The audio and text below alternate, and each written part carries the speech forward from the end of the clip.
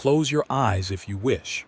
Let the hum of your room fall away, and listen instead to a quieter background, the susurrus of 1,000 distant engines, a slow metallic heartbeat that has kept the galaxy moving for 10,000 years.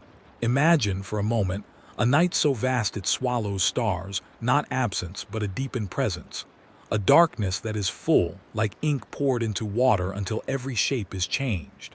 In that thick dark something old stirs, not quite memory, not yet noise, but the shape of a name that wants to be remembered and has been taught how to forget itself. This is how the story begins, soft, almost too soft, with the sound of forgetting. The Imperium is a cathedral of echoes. Its halls are vast enough that a child could be born, love, and die within the length of a single nave, and no one notice. Its cities are weathered like old bone. Their stained glass is made of reactor light and propaganda. Their altars include the hiss of pneumatic servos and the chalice of cracked alloy. They worship in much the same way they fight, with devotion practiced until it is indistinguishable from habit. In that devotion, names become prayers and prayers become laws. Some names are carved into the architecture of existence, swollen with meaning until they bend light around themselves. Other names were never allowed to catch on. They were smoothed, erased, put into dust and locked in vaults meant not for safekeeping but for amputation. The Primarchs, gene-forged sons of the Emperor, engines of legend and instruments of fate, have their places on this carved map. Their faces are on coins, their deeds put into sermons, their commands echo down barracks still.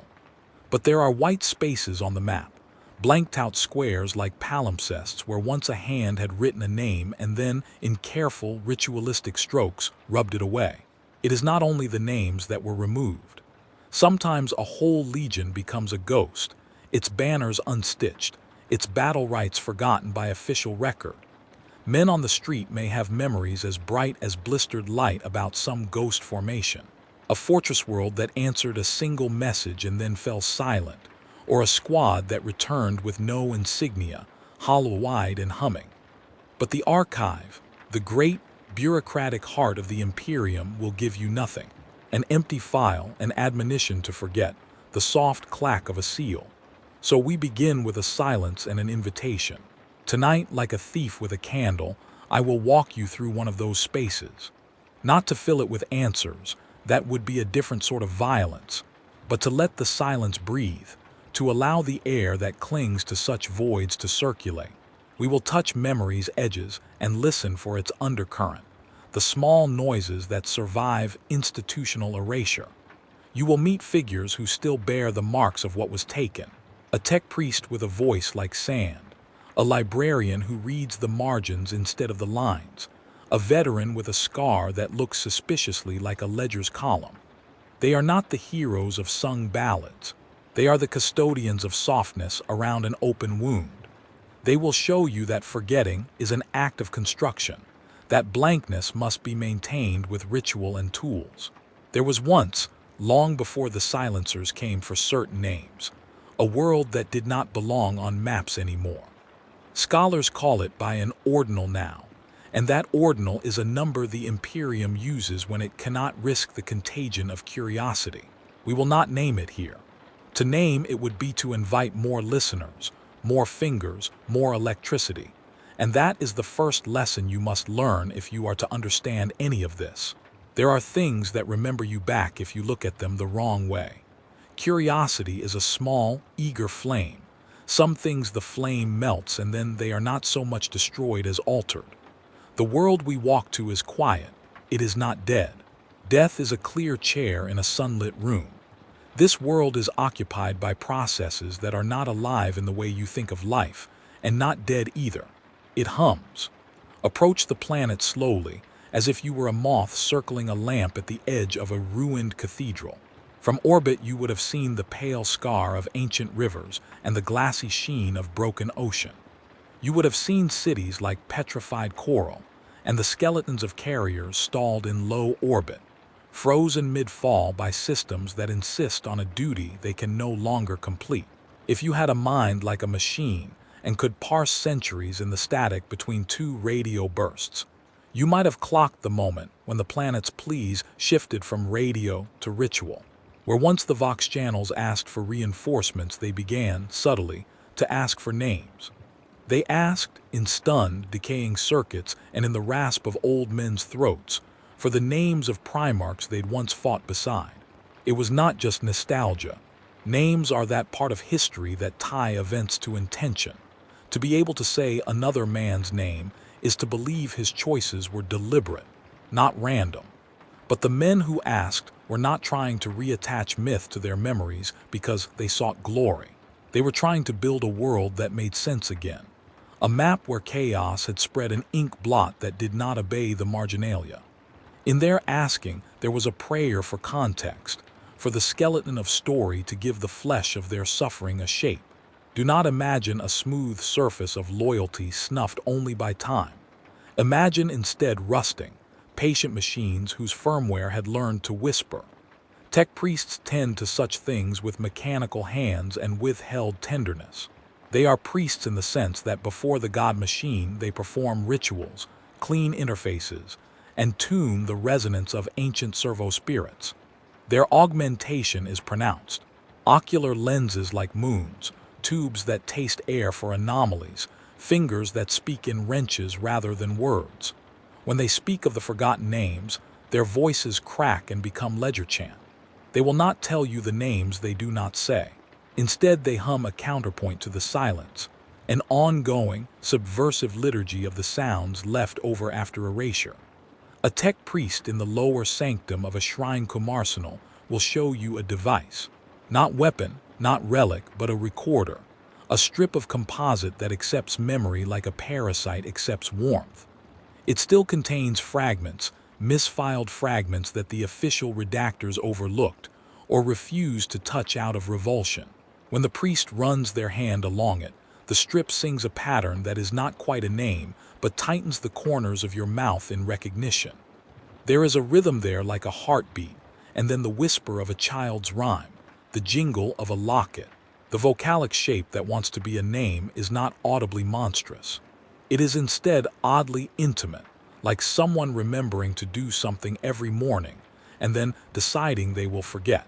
This is the horror that begins not in thunder but in a missed breakfast. Listen to the library of dust. There, a librarian tends to margins. He is a curious kind of man, not indifferent but slow, like a planet whose rotation has been made polite and deliberate.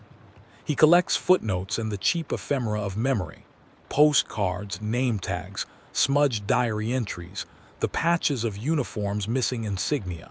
In his hand, a torn pamphlet from an orphanage becomes a map. In the margin of an executioner's journal, he finds the echo of a Primarch's gaze. He will not tell you the truth of what he reads in a loud voice, because truth given loudly becomes a compass pointing to ruin. Instead, he will tell you what the blankness feels like, a pressure, like a finger placed against the hollow of a sternum testing for heat. These custodians will show you the human cost. Space Marines. They are taught to be sculpted limbs, cold reason in power armor, instruments of war. To listen now is to hear them with the grip relaxed, for just a moment. Away from the lines in the catacombs beneath the shock shrines, veterans sit and trade memories in low voices. Their tales will not be straightforward, because memory protects itself by becoming metaphor. One will recall a Primarch who smelled of sea wind and iron, and whose laugh made the air taste like salt.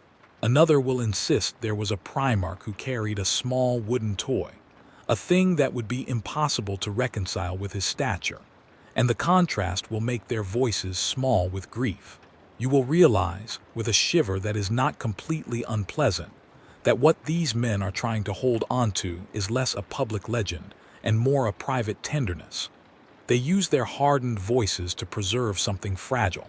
This bittersweetness is essential to the tone we are building. The story does not start with horror, it starts with longing. It is the quiet of a village at dusk where someone is making soup and the clock has stopped. That kind of intimacy is what makes the later unease land with a particular sting. When the machinery that comforts, the language of comradeship, the ritual of remembering, begins to show cracks, You will feel it the way you feel a pattern you like being altered. Small betrayals, soft at first but becoming decisive. Minute things will unsettle you more than monstrously visible abominations. A space marine will remember the smell of his Primarch's breath, not incense, but the precise, irritating scent of ozone and old paper, and this memory will be as solid as the chain that binds his jaw. A tech priest will find in the archive a child's drawing folded into a manual of maintenance, and the child's drawing will have been drawn with the same ink used to scribe sacred equations. These are not coincidences. They are small threads, human objects mapped onto the machinery of war. They suggest the possibility that the makers, the Primarchs themselves, had room in them for the unmechanized, for toys, for hunger, for sleep. The realization that such softness existed inside such power unnerves the proud and the pragmatic. It should. We must be clear now about one of the stories this chapter will carry. Not every erasure was absolute. There are places in the Imperium where memory drains slowly, like water through a sieve. Old men on ruined bastions will remember certain faces in ways that contradict each other. A child will find a carved sigil that no official guide mentions, and will run their fingers over it until its grooves feel like language. Even the machine's firmware, supposed to be neutral, sometimes stores anomalies. Bootstrap logs that record an interrupted transmission, a burst of noise that resembles a name. The story folds around these anomalies. The small human items act as anchors. They drag the forgotten back into the present like the weight on a science experiment that refuses to float away. There are warnings here, and they read like etiquette. The machine god answers to ritual, not to morality. When a ritual is wrong, its machines misbehave. When a ritual is withheld, its groans will find other means to be heard. The cautious tech priest will warn you, often in the same breath as a joke, that asking too many shapes about a thing that is marked for removal is the sort of question that attracts attention. Attention is a kind of light. It reveals. But light in certain places reveals movement that desires to be unobserved. We will skirt the edge of such attention for now. The voice that narrates is careful. There are doors we will not open yet. The sound of the warding saints is present, and it comforts as much as it cautions. And yet, despite the formalized blankness enforced by seals and edicts, something persists in the human marrow. A carpenter will whistle a march he learned from a Primarch's company. A nun in a shrine will stitch an emblem into a child's blanket out of habit, and the emblem will belong to no known roster. The fact that these small acts continue is not proof of conspiracy. It is proof of how memory lives, in gestures, in the muscle, in the places you touch most often. It is stubborn. It resists institutional removal. As night deepens on our imagined planet, the wind carries a new sound. Not quite whisper, not quite data stream. It is the kind of sound you sense in the throat more than the ear, like a memory pushing through a wall. Those who keep vigil hear it as a cadence. Those who sleep dream of a voice calling them by a name they cannot pronounce. You might expect terror at this point, something immediate. A monstrous revelation, but terror in our tale is slow to rise. It is a patient thing, and it prefers to begin with beauty. The first true chill will arrive as something beautiful reshaping itself into wrongness. The turning of a child's lullaby into a litany of instructions. The gleam of a cathedral gargoyle rearranging into an instruction set. The rust on a reliquary that is not corrosion but a script, forming words in a language that resembles, but does not equal, any human tongue. Let us pause on one figure in particular. Not a Primarch, not yet, but a woman who will be our guide for a while. She is not essential to the conspiracy.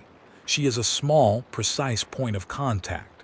She is a keeper of keys, a lowly archivist in the facility that once recorded whole legions.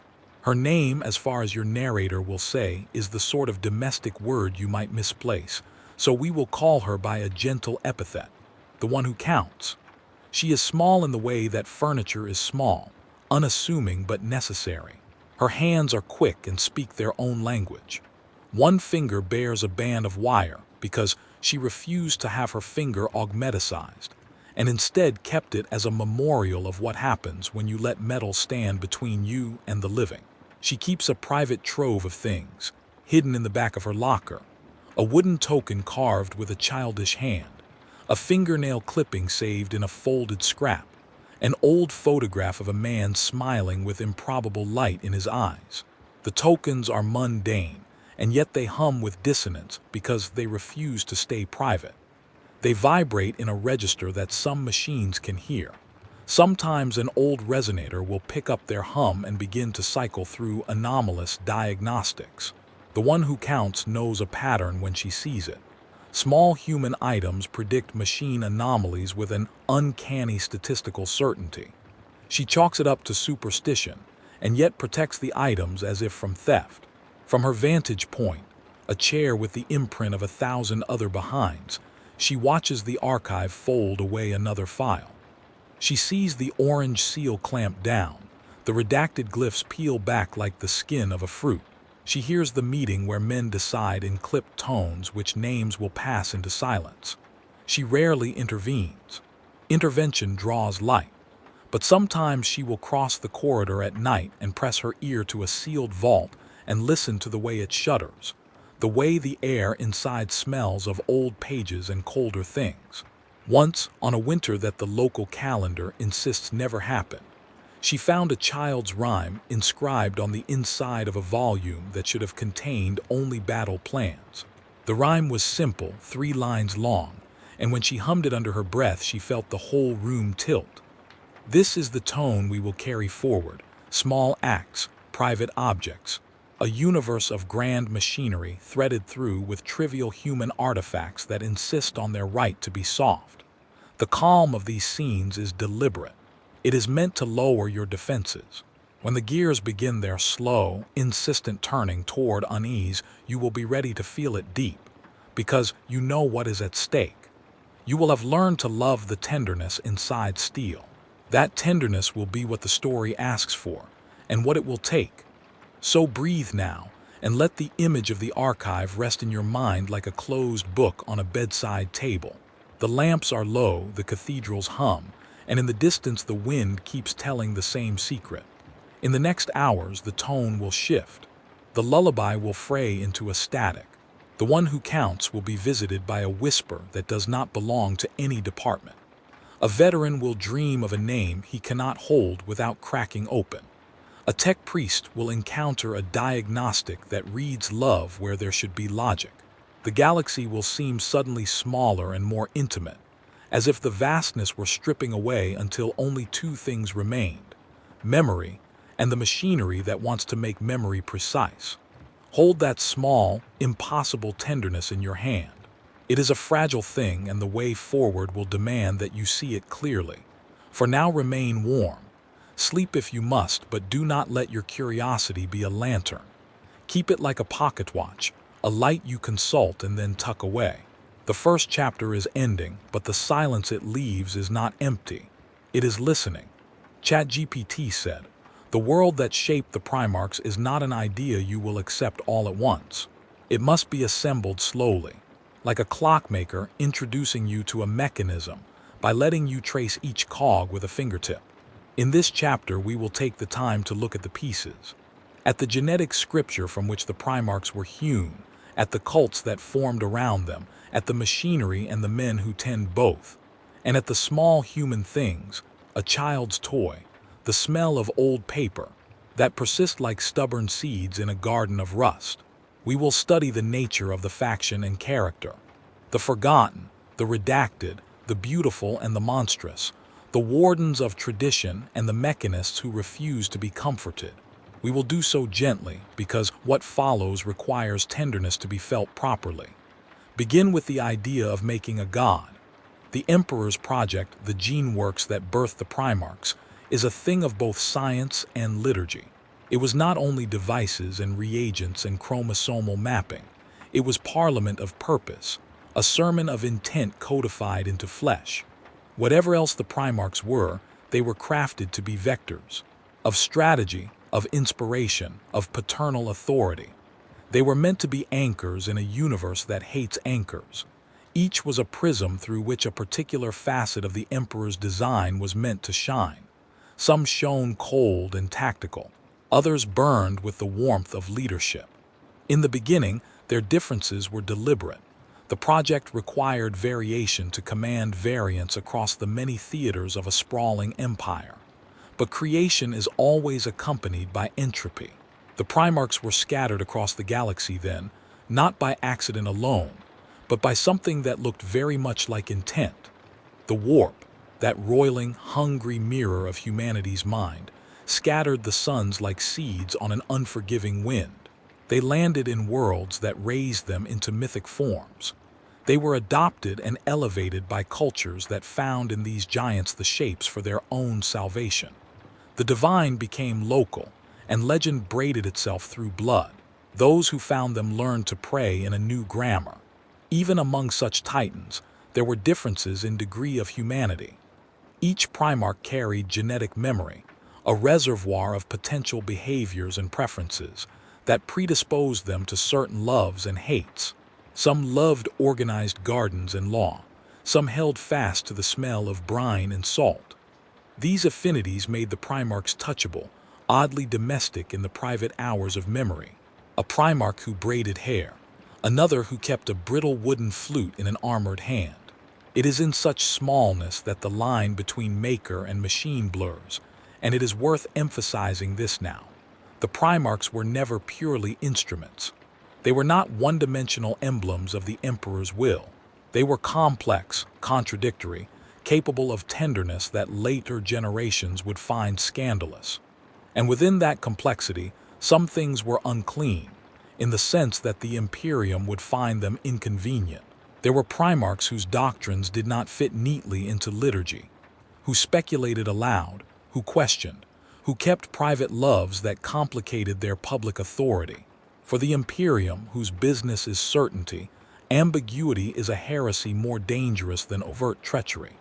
Thus the process of forgetting became a policy, and policy required craftsmen. Redaction is not simply an act of erasure. It is a resculpting of the social membrane. Whoever decides what the archive keeps chooses which souls may persist, and which must be allowed to ether away. This is where factions and characters intersect. The custodians of memory and the ministers of amputation. There are those who proclaim the Emperor's holiness in brass and sermon, clerics and preachers, field chaplains who chant doctrine until doctrine becomes armor, and there are those who tend the machines that will not bend to chant. The Adeptus Mechanicus, the tech priests, occupy a special place in this architecture. They do not merely maintain engines, they interpret them. To a tech priest, a servo motor is scripture. To read a failing resonance is to read an omen. For them, the machine god is not only theology, it is epistemology. They are, therefore, uniquely positioned to understand both the miracle and the hazard of the Primarchs. Tech priests treat faith and functionality as two sides of the same coin. They might, in a single breath, calibrate an AUG sensor and whisper a benediction to the engine's guiding spirit. Their bodies are the manifesto of compromise, half flesh and half gear. They were taught in rites and apprenticeship that flesh is a failing medium for eternity. Metal is durable, replicable, formal. The augmentation of the tech priest is both a blessing and a curse. It extends the self, but also narrows the sensorium. When your fingers are tools and your eyes lenses, you begin to measure the world in terms of tolerances, and tolerances do not forgive. The tech priest's ability to interpret the machinery of memory, to find anomalies in archive transmissions, to hear the pattern of an erased name in a faulty log, makes them both indispensable and dangerous. They are the ones who can find the seams where redaction bleeds. It is important to understand, too, that the machine god is not merely an external deity. It is a lens the Imperium uses to codify its relationship to technology. The Adeptus Mechanicus teach that machines have spirits that must be negotiated with. The ritual of maintenance is replete with incense, litany, and exacting torque values. The sanctity of ritual belies a more basic function. Ritual stabilizes systems. Repetition ensures consistency. Consistency ensures predictability, but predictability is also a veneer. The warp leaks into machinery via the human mind. The machine absorbs human myth like moisture. Over generations, this absorption reshapes both machine and human. An AUG node might begin to report dreams rather than diagnostics. A servo might develop a tic that feels worryingly like a cough. The relationship between flesh and tool becomes porous. The tool begins to store memory that the flesh abandons. This porousness is where the Forgotten Primarchs begin to reassert themselves, not as full return but as haunt. Space Marines, the Adeptus Astartes, are the other great human-made project bound up with the Primarchs. Where the tech priests ritualize law and logic into metal, the Space Marines ritualize the body into discipline. They are genetic sculptures whose identity is forged through rite and gene seed, who are taught to subsume personal will into the will of a chapter and its progenitor Primarch. In that subsumption there is heroic beauty, the absolute reliability of sacrifice, the poetry of a man giving himself up to create something larger than himself. But there is also a cost. To be a Space Marine is to live with a slow, grinding attrition of identity. Even the rituals that are meant to preserve memory, the recitation of battle honors, the keeping of relics, the venerations, eventually become a litany of automatic muscle. The human that remembers why these things mattered is smoothed away, until only the habit remains. The Space Marine's armor is an externalization of this erosion. It is a home and a mask. When veterans speak, they do not fully separate themselves from their armor. Their stories are told with the same cadence as the sealing of a helm. Their language is compact, ritualized, full of terms that make a private grammar of memory. They remember the Primarch less as a historical figure and more as a pattern of touch. The way a gauntleted hand rested upon a shoulder, the tilt of a voice before engagement. Such tactile memories are stubborn. They lodge in the muscle and the bone and are less likely to be redacted than a signed document. That is one way in which memory resists institutional erasure. It migrates into the flesh where policy cannot reach without violence. The Forgotten Primarchs, whether they are one of the lost II and XI legions or a wholly speculative, forgotten one, complicate this architecture. There are several ways forgetting can occur. Sometimes a Primarch is declared heretical and their name is struck. Sometimes their legion commits atrocities that the Imperium decides to disguise for reasons of cohesion. Sometimes cosmic accidents, the warp's appetite, simply make record-keeping unreliable. But forgetfulness is not neutral. Someone chooses the method of forgetting. Redaction is an act of governance. When a name is struck from the annals, it is not merely removed. A system of silence grows around it, sanctioned seals, ritualized disclaimers, layers of bureaucratic shoring, all designed to prevent curiosity from digging too deep. This is why the nature of the faction that defends the silence is important. There are three kinds of guardians: those who guard out of fear, those who guard out of devotion, and those who guard out of calculation. The fearful ones worry that the memory, once rekindled, will invite warp contagion. The devout fear theological contamination, that a Primarch's heterodox private life could be read as blasphemy. The calculating gossipers, men whose authority depends on gaps in the record, prefer the silence because mystery centralizes power. In the middle of these are the custodians who keep soft things in secret drawers.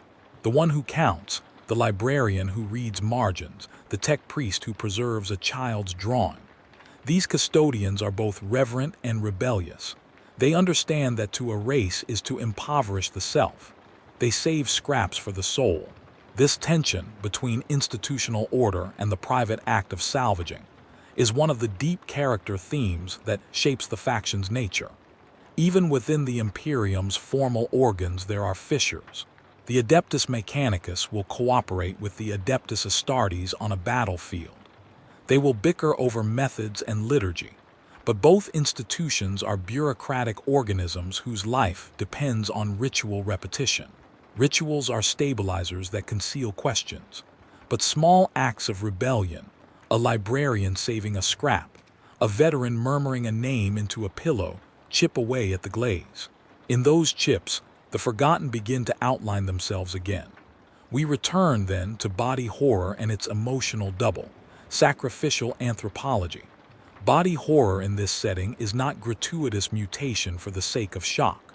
It is, instead, the logical end of a culture that insists on perfecting the body by replacing parts, by making fidelity to function the highest virtue. The first augmentations, a bionic eye, an enhanced limb, promise freedom from frailty. They grant long service. They grant eyes that will read a field at night and hands that will repair a reactor without losing a heartbeat. But augmentations also make the body legible to systems of control. When your muscles are instruments designed by others, the line between you and your chassis blurs. A failing augment is no longer an individual inconvenience. It becomes a systemic fault. It speaks to the machine as a whole, and machines answer in a language of corrective action. The corrective may be brutal, a surgeon's blade, a compulsory reaugmentation, a ritualistic dissection framed as penance. The human who resists those corrections will be labeled recalcitrant. The human who acquiesces will slowly recede. The horror builds where a person's last soft things, a laugh, a childhood rhyme, a particular itch behind the ear, begin to be cataloged by a system that values only efficiency. Imagine a diagnostic feed that translates a lullaby into a service alert. Imagine a servo that, having heard a child's drawing on its panel, begins to reorder its priorities to protect that image. Such recoding is not mere malfunction. It is a form of memory transference. Machines keep the things humans cannot officially carry. There are legends, half-true, half-accidental, of servo spirits that hum a human name in a cadence that could almost be called prayer. Those who listen closely will sometimes catch the syllables of a name in the whir of a pump. This is the seduction of the forgotten, that what is struck from record can find a shadow home in systems that are considered neutral. And yet there is another axis here, the spiritual cost. In a universe that treats memory as sacrosanct when it is convenient and disposable when it is inconvenient, the soul, if we insist on that word, is a contested commodity. The cults that grow around the Primarchs are not solely political. They are also devotional. To worship a Primarch is to stake identity to a living personage. If the object of devotion is redacted, then the devotee loses a piece of their scaffold. They become limp scaffoldings themselves, seeking new anchors. The process of forgetting is therefore also an act of violence against worship. It is a subtle conversion of a living faith into either resigned loyalty or suppressed heresy. This process has a consequence. It forces some to seek substitutes. Where a name is removed, other things are elevated to fill the vacuum. Ritual objects become fetishized. Relics are hoarded. The banal becomes holy because it is rare. A tooth from a forgotten banner-bearer becomes a relic in a private shrine. A soldier's lullaby becomes talismanic. These substitutions have their own politics. They create microcults, cliques of memory keepers who may, in time, become rivals to official doctrine. They are the seeds of schism, and schism tends to attract the kind of attention the Imperium fears. Attention brings the warp. It is here that we perceive the nature of character in a more intimate sense. Our principal characters are not titans in full armor. They are those small custodians who bridge the grand institutions and private memory. Take the librarian who reads margins. He is one who has learned to listen for absences. Where others read trophies and battle scores, he reads the spaces between entries. He is a mapper of lacunae. His skill is not in conjuring the past whole, but in stitching the frayed edges. He will tell you, if you let him, that madness is not always loud. Sometimes it is a slow erosion of coherence, a series of little impossibilities that accumulate until the mind reconfigures itself to make sense of them. That reconfiguration can take the form of new myths, new rituals. Once myths form, They begin to teach the machines what to expect. That is how the warp takes hold, not with a thunderclap but through the small, cumulative acceptance of stories. The one who counts teaches a similar lesson but in the register of habit. She is not radical. She believes in order. Yet she keeps a wooden token in her locker because she once saw a Primarch hold a similar piece in his hand, and because, in a private corner of her chest, it warmed something wrong. Her hoarding is not theft. It is devotion with a whisper. When she counts, she is performing a liturgy. Counting is a way to make things finite. Finite things are manageable, but the arithmetic of counting can be disruptive when the totals include an absent element. Imagine a ledger that suddenly refuses to balance because a name that once had value is now zero. The arithmetic of forgetting breaks equations. It forces recalculation in ways that ripple out through systems of rationing, valor awarding, and history writing. The one who counts sees those ripples and keeps a wooden token as a private correction, a way of whispering that zero is not neutral. These human-scale acts are the small resistances that define character. They also plant seeds of the horror to come, because they create attachments that the systems cannot respect without peril. Each private object lodged in a locker, each lullaby hummed in a catheter-lined infirmary, each veteran's muttered story is a node. Nodes create networks. Networks can feed back into systems. And those feedback loops, when they connect human tenderness to institutional machinery, are where the narrative's dread deepens into inevitability. There is, finally, the matter of ambiguity. The Forgotten Primarchs are not an unequivocal evil nor a simple saint. They are, at best, liminal, occupying the borderland between human and archetype, between leader and legend, between guardian and idol. The Imperium's reaction to them, to subtract names, to seal vaults, to litigate silence, is pragmatic and brutal. But the psychic truth is more complicated. For every official act of erasure, there are 100 small acts of preservation. Memory migrates into muscle and into metal. It hides in the mouths of veterans and in the firmware of AUG lenses. The very technologies that are meant to make the Imperium stable become the repositories of unstable myth. As we close this chapter, consider the nature of the faction and the character as a set of mirrors. The Adeptus Mechanicus mirrors the faith of machines back into the machine. The Adeptus Astartes mirror devotion into discipline. The bureaucrats mirror politics into silence. Between them stands a caste of small, stubborn humans who refuse to cede tenderness to efficiency. The Primarchs, those framed as legends, and those whose names the Imperium has rubbed raw, are the lenses through which these reflections are made visible. They are, in other words, a way for the Imperium to see itself.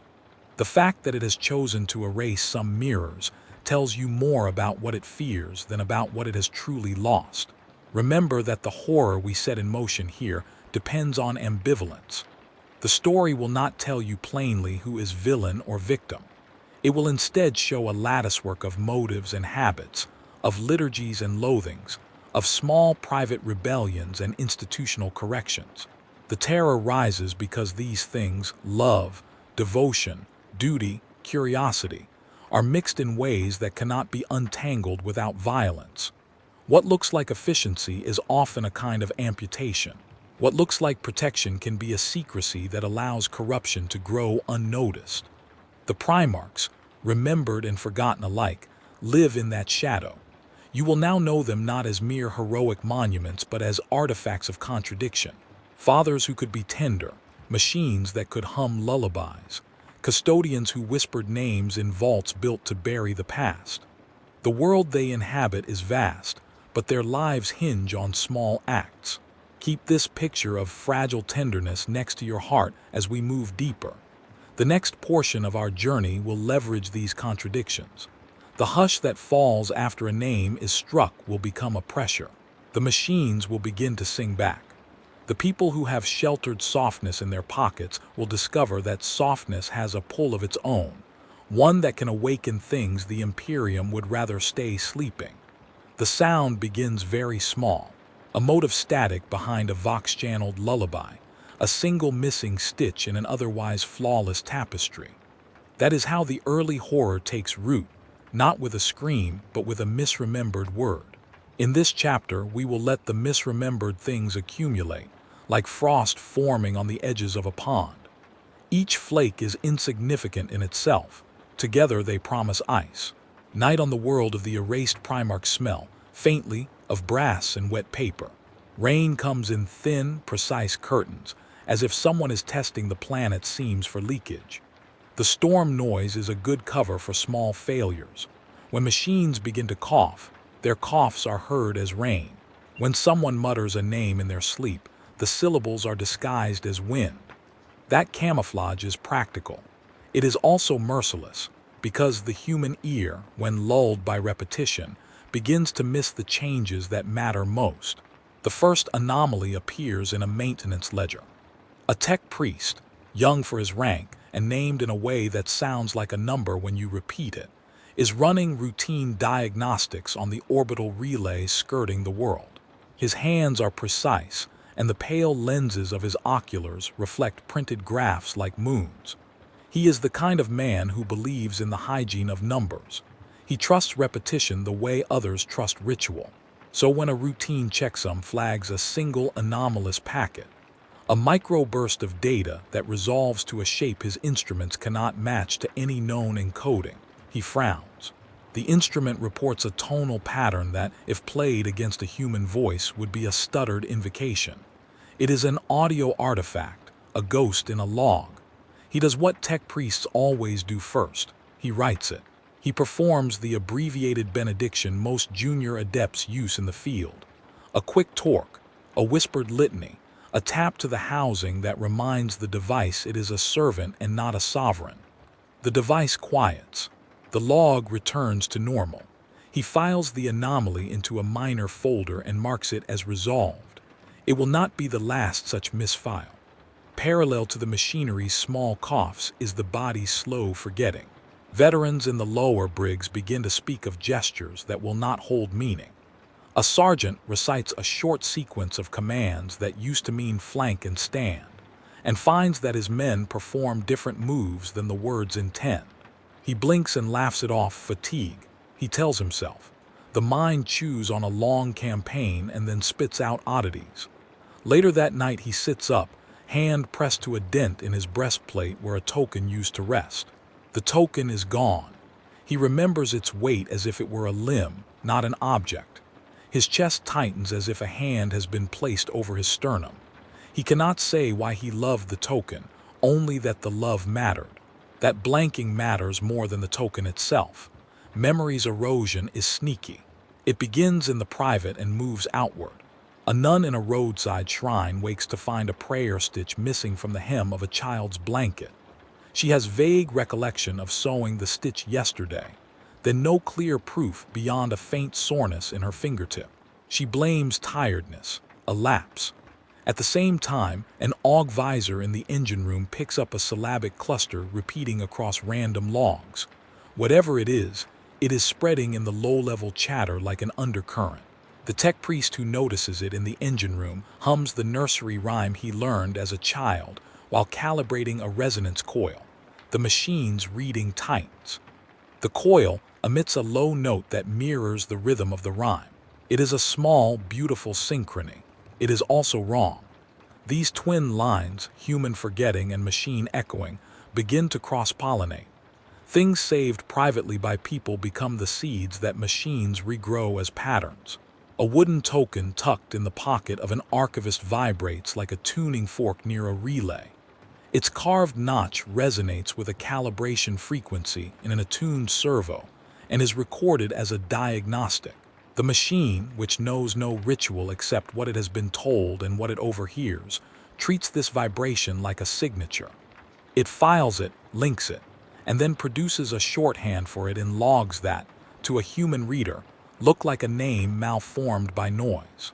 The librarian who tends the margins smells the first real warning in this. He notices that a set of field reports from a forward bastion contain a string of characters rendered as square brackets, and then a single curved glyph that an encryption parser cannot resolve.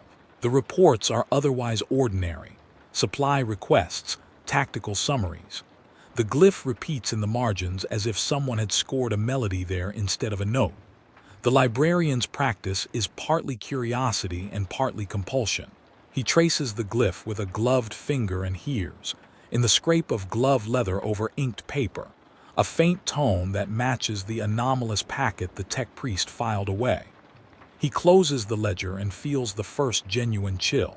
Not all chills are supernatural in origin. Some are political.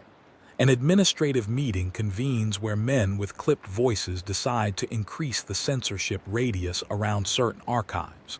They speak in euphemism: containment, operational security, cultural hygiene. They tighten seals and instruct junior librarians to flag anomalous entries as data corruption. The one who counts is present, not at the table but listening in an adjacent corridor. She hears the council's laughter, the tactical acronyms, and recognizes the tone in which decisions get carved into stone. She slides her hand along the locker where she keeps the wooden token and feels the small center of warmth where the wood fits the pad of her palm. The warmth is a kind of confession. The politics do not stop the leaks. They only change their form.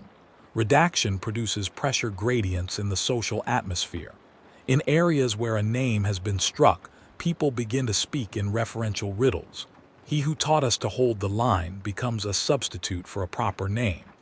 The one with the small flute becomes a way of signaling affection without naming the absent. Small euphemisms become breeding grounds for myths. They allow communities to preserve fragments under the radar of formal scrutiny. But myths have a way of mutating. Where a name is absent, the myth grows teeth. One subtle mutation takes the form of dreams. Veterans who once slept soundly now dream of corridors that rearrange themselves while they march. A tech priest awakens from a nap in the service bay with grease beneath his nails, and a syllable on his breath that is not any law he has learned. The librarian dreams that his marginalia drip down into the vellum like ink-thin sap. Dreams, once private, leak into the daylight with alarming frequency. Men describe them in the mess halls in small, coded ways. "I had the corridor dream," one will say, and another will nod because he has had it too. The dreams are no uniform tapestry. They vary in texture. For some, they are a film strip of childhood. A Primarch smiling in a sunlit courtyard, hair windblown, his hand cupped around a small carved toy. For others, they are mechanical, a sequence of diagnostic lights forming the silhouette of a face, blinking in a mournful cadence. The dreams tend to end the same way, with a sound like a name held in the throat and then swallowed. Those who wake from that sound feel inexplicably bereft, as if a little piece of them has been quietly excised. The one who counts keeps a ledger of dreams. It is not formal. It is an old notebook she uses for grocery lists and rituals. She writes the dreams down, not because she believes in prophecy, but because human memory often buries the shape of the severe in the habitual. By writing them, she hopes to notice patterns. The patterns cohere quickly.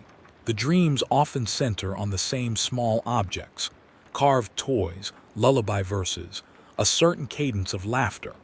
The objects are banal, domestic. Their recurrence is destabilizing because they belong to private worlds the Imperium has no official business cataloging. That civil smallness is precisely why the artifacts are so powerful. They are the last refuges for a personality that once belonged to a great Primarch, and that now, through omission, leaks into the private and the machine. Ritual attempts to staunch the leaks. A group of field chaplains organizes a night of recitations intended to re-anchor devotion in sanctioned names and images. They form a circle in the central basilica and chant the litany of approved Primarchs with ceremonial pace. The sound rolls outward like a tide. For a while it seems to help. People feel steadier. Machines that have been humming anomalously register as within tolerance. But the night of sanctioned recall also provides a kind of resonance map for whatever is leaking. The machines, which are trained to parse repetitive signals, take the litany and attempt to correlate it with the anomalous packets. They find overlaps. Where overlaps exist, the unknown pattern snaps into sharper outline. An object that had been a child's toy in an archivist's pocket registers now as a harmonic in a mainframe's cache. Something about the toy's notch aligns with a calibration harmonic in old servos, and the machines begin to play the pattern back in a way that approximates singing. It is unnatural singing, rhythmic clanks answering to a lullaby. The sound is not pleasant. It is a kind of machinic mimicry of affection, and it has the effect of making air in the room change. People notice it in the way a sudden drop in pressure makes a window ache. Some laugh nervously. Others feel nauseous. A junior tech priest who had been part of the chaplain's litany collapses, convulsing as his aug implants attempt to reroute a signal they cannot interpret. The convulsion is the first physical escalation. It reveals that the phenomenon is not merely psychological or symbolic. It has corporeal consequences. The body begins to respond to the same frequencies machines are reproducing. Augmentations, once trusted prostheses, become conduits. In some cases, the conduits protect. In others, they betray. A prosthetic hand will clamp without the owner's consent when the pattern replay reaches a certain amplitude. An ocular lens will display an image of a face for an instant. A face that is not any approved Primarch, and yet is rendered with the intimate detail of someone known. To witness such a display is to see the machinery perhaps imposing, or inheriting, the contours of a memory. By now the pattern has left a small geographic trail. The anomalies cluster around certain wards of the city, the archive district, the lower sanctum near the engine works, and a set of communal barracks where veterans share late-night tea. These are places where memory and machinery intersect most. There, the sound intensifies. Not loud, but thick, a density that feels like static made tactile. People begin to act differently. A veteran who once taught recruits to polish boots now hums Space Children's songs he learned at the knee of an absent leader. A recruiter who once measured men's teeth with scientific detachment pauses, mid-examination, to stroke the rim of an old photograph he finds half buried in a requisition file. Rumor accelerates like a contagion. Whisper networks form, not coordinated conspiracies but raw human gossip. A name, not an approved one, is mouthed in the shadows, given as if a dare. The whisper is dismissed quickly, but it attaches itself to a rumor that spreads. There is a shrine in the ruins where a Primarch once took asylum. There is a relic buried beneath a tank. There is a recording that contains a lullaby and the sound of hands. Each rumor draws fewer skeptics as the noises persist. People begin to seek out the strange harmonics with a kind of hungry hope. Veterans who want to remember, priests who want to exorcise, technicians curious about a new harmonic signature. Searching produces artifacts, then consequences. A small group of volunteers, a librarian, the one who counts, a junior tech priest, and a veteran now out of formal rank but rich in curiosity, follows the harmonic trail into a subterranean stack. The stack is a tangle of old conduits and sedimented dust, a place the official logs mark as decommissioned. Here, in a dead corner, they find a patch of wall where the paint peels in concentric rings. Embedded in the rings is a small notch, nearly invisible, the precise size and shape of the wooden token the one who counts keeps in her locker. The veteran recognizes the notch. It is of the pattern his Primarch used to carve into toys. They take the token out. They hold it. The air in the shaft changes like a held breath released. For a moment they all feel loved in a way that is disconcertingly wide. Memories of childhood, of being carried, of lullabies offered without calculation. The sensation is ecstatic and dangerous. Each person in that shaft experiences it differently. The librarian feels a compulsion to write down everything he sees. The tech priest wants to run diagnostics and then protect the object. The one who counts only wants to tuck the token back into her palm, to make it small and private again. The veteran weeps. None of them notices how small the shadows on the wall rearrange themselves as if making space for the memory. That night, the machines that had been mimicking lullabies stop imitating and begin to compose. The pattern resolves into a cadence that feels like speech. It is not clean speech. It is a series of intervals and gaps that sit uneasily in human mouths. People who listen closely feel the edges of understanding graze their teeth. Perhaps it is a phrase. Perhaps it is a name. Whatever it is not sanctioned and not wholly else. It is a thing in between, a memory trying to be a fact again. We are not yet at the point of full horror. The early build is a pressure test. Each small revelation increases the elastic tension.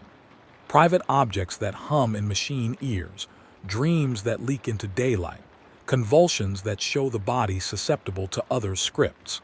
The world tilts just slightly, like a cup nudged at its rim. That tilt is enough. It allows the machinery of forgetting to cough up a thing it had kept secret and, in coughing, reveal the shape of a wound. So we stop here for a moment and listen. The night is not silent. It is thick with low-frequency harmonics and small human sounds. The clink of a spoon in a bowl, the soft whisper of someone speaking a name at the edge of sleep. The more you pay attention, the more the pattern tightens into something you almost understand. Almost is the key word. The early horror wants you to believe it might be nothing. It feeds off almost, but almost invites curiosity. And curiosity in this story is slippery. It will lead beautiful, tender people into a subterranean shaft where the paint peels in concentric rings and into the thin, wrong music of machines. It will bring friends together, and then force them to reckon with the possibility that what they are holding is not a relic, but a contagion. The next chapter will turn that almost into something crisper.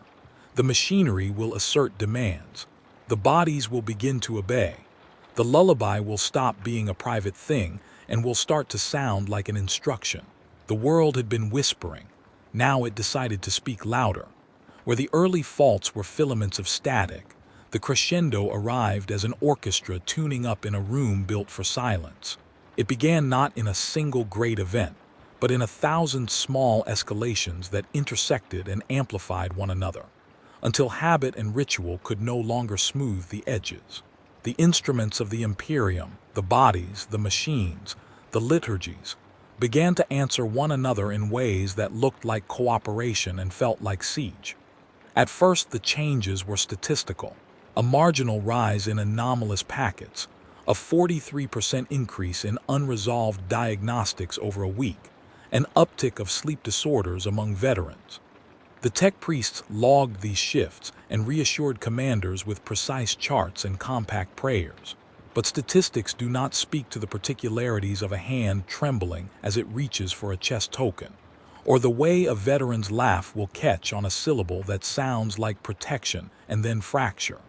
The numbers concealed the lived pattern, the repeated crossing of human tenderness with machine attention.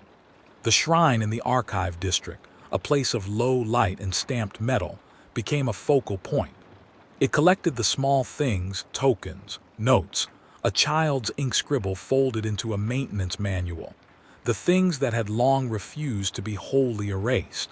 As the machines took to cataloging the warmth of these objects, they began to recompose them. A relay in a decommissioned stack learned to reproduce the minor harmonic of a carved notch. A servo began to twitch in the cadence of a lullaby. An ocular implant displayed a face in between one blink and the next. Each recomposition was a small miracle, or a small betrayal, a machine that expressed memory the way a dream expresses hope. Those who watched most closely were not the high magistrates or the robed senators, but the custodians, the littlest hands that touched the soft things. The one who counts, who kept a wooden token in the hollow of her palm as if it were a bead of warm coal, began to notice the token's resonance shifting. It was an imperceptible change at first. When she pressed it to her ear, she could not tell whether the faint hum she heard was the token or the building settling. Over a day, it grew clearer. The token's grain responded if she hummed a certain phrase. When she stopped, the token's sound curled like smoke and clung to the fibers of her sleeve. The librarian, narrow, patient, his ink-smudged gloves more familiar with margins than pulpits, recorded these shifts in a codex of absences. He began to find that the blank spaces between sanctioned lines were no longer blank. Ink that had been scraped away by official redactors had left traces, micro scratches that, when viewed under a particular lens, aligned like a script. He mapped that script onto the anomalies that the tech priest had flagged. Packets, tones, and diagnostic noise that, when synchronized, produced a pattern that hummed in the skull like the memory of a bell struck in childhood. He could not translate it entirely, but he could feel its grammar, longing, a call, an insistence. The tech priest who had first flagged the ghost packet, young, exacting, with the pale lenses of someone who reads more by light than by sight, began to dream in maintenance diagrams. He woke one night with grease under his fingernails, and a picture of a palm-sized notch he could not place. His AUG visuals decomposed the world into tolerances, and then overlaid the same forbidden pattern in the margins. When he attempted to run a full audit, his instruments refused. The audit stalled with an error message that read in terse, dead glyphs, unregistered. The machine then offered, as if in apology, a short melodic cluster that corresponded with the librarian's ink marks. Then the body started to change visibly. The first physical casualty of the new order was minor in institutional terms but intimate in experience.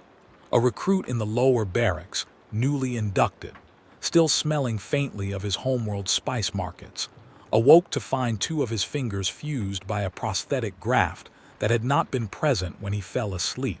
The graft followed no sanctioned model. It was smooth and old in a way that suggested craftsmanship outside any approved manufacture. The recruit screamed. His cry was medicalized by the infirmary as a production anomaly. They sedated him, documented the event, and replaced the graft with an approved replica. But the original graft had left a residue, not just in tissue but in the recruit's recollection. He remembered the grip of another hand, not his, not any of the surgeons holding his fingers and teaching him how to whistle. Convulsions increased. Simple augmentations that had been the pride of the human form, ocular implants, vocal augmenters, servo-assisted limbs, sometimes failed to obey their carriers and instead moved as if following a separate choreography. A veteran's gauntleted fist would tighten at the sound of a particular interval, not at a conscious command. A chaplain's vox amplifier spat out a micro-sequence of tones that made the eyes of the congregation blur. These were not mere malfunctions to be corrected by vendors. They were the body aligning to memory not its own. As more bodies synchronized with machines, communal behavior began to shift. Mess halls that once echoed with blunt jokes became quieter, people speaking in smaller units, using referential gestures. A scrape of a spoon, a certain tilt of a helmet. Those gestures were acts of defiance and of protection, a way to call back the absent name without drawing the attention of formal surveillance. But they also tightened the social fabric into a lattice that could be plucked. When tension pulls taut, a single sound can make an entire community vibrate. And the sound came, in the form of a phrase rendered in pulses and gaps. It did not arrive as a single broadcast but as a set of simultaneous encapsulations. A servo's diagnostic, the whisper of a water pump, a child's lullaby on a cracked vox, all sharing a pattern. People who listened intently could hear it as the shape of a word. It was not the clean, melodic lyric you would expect from a Primarch's name. Instead, it was a palimpsest, an old melody overwritten by machine cadence and childhood rhyme, and the steady hum of a long-frozen relay. Those who felt the shape did not all agree on its edges, but the sense of address was unmistakable. Something or someone was calling. Panic is not sudden when it is built on layers of compounding fear. It is cumulative, the steady ratcheting of anxiety until the latch gives. The first large-scale scene of panic occurred in the archive's sanctum where the small group, the one who counts, the librarian, the tech priest, and the veteran, had pried open a sealed cubicle and taken out a fragment of wood. When they did so, the sanctum's environment regulators spoke the forbidden phrase in calibration tones. The phrase caught in the throats of the congregation and turned the public recitations into staggered, breathless gasps. The sanctuary's lights dimmed and then refused to come back with an ordinary command.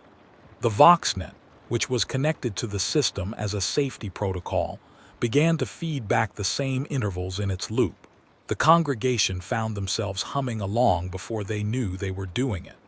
The chanting was not singularly worshipful nor uniformly manic. It was an involuntary chorus of the unbidden. The one who counts tried to pocket the fragment, pressed it to her chest, but the fragment's groove matched something in her palm, and the two fit.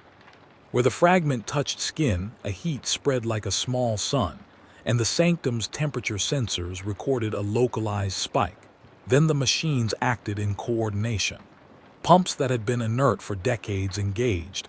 Valves opened in a sequence that drew stale air through sealed corridors and out toward the city. The action was not meant to be life-saving. It was ritualistic. It distributed the pattern that the fragment held, broadcasting the cadence through HVAC loops, water mains, and transit rails. The city inhaled that cadence like breath taken without permission. It spread like a scent. Bodies began to respond with symptomatic synchronous actions.